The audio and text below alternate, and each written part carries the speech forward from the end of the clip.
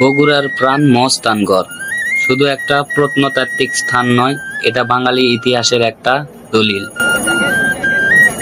শত শত স্টল, নানা রকমের পণ্য ভরপুর, মাটির তৈরি পুতুল, বাঁশের হাত পাকা, কাঠের খেলনা, পাশেই চটপটি, জিলাপি আর নারকেল নাড়ুর ঘ্রাণ মিশে থাকে বাতাসে।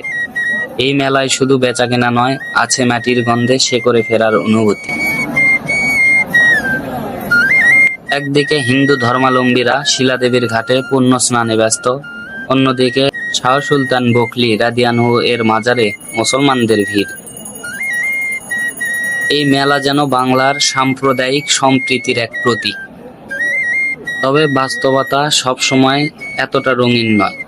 সন্ধ্যার পর কিছু এলাকায় মাদক, গাঁজা, অশ্লীল গান ও নাচ এই পবিত্র ঐতিহ্যকে প্রশ্নবিদ্ধ করে। এর বাইরেও একটা নতুন দুঃখজনক প্রবণতা চোখে পড়ে। কিছু মুসলমান ধর্মাবলম্বী হিন্দু পূজা পার্বণের ধাঁচে সাজসজ্জা করে।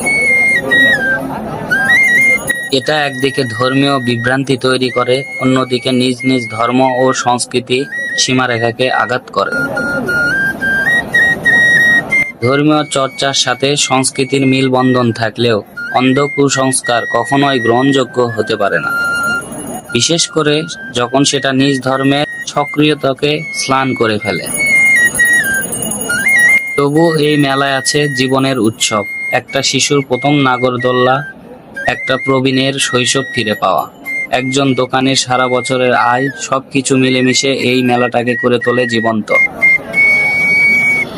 মহস্থানগড়ের শেষ বৈশাখের এই মেলাটা আমাদের ঐতিহ্য, ইতিহাস আর সংস্কৃতির উৎসব।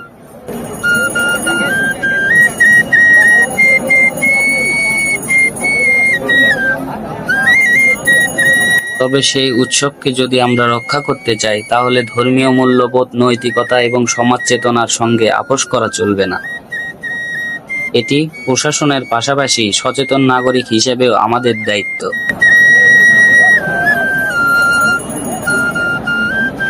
এই মেলাকে নিরাপদ, পবিত্র এবং প্রজন্মের জন্য গর্ব করার মতো করে তোলা।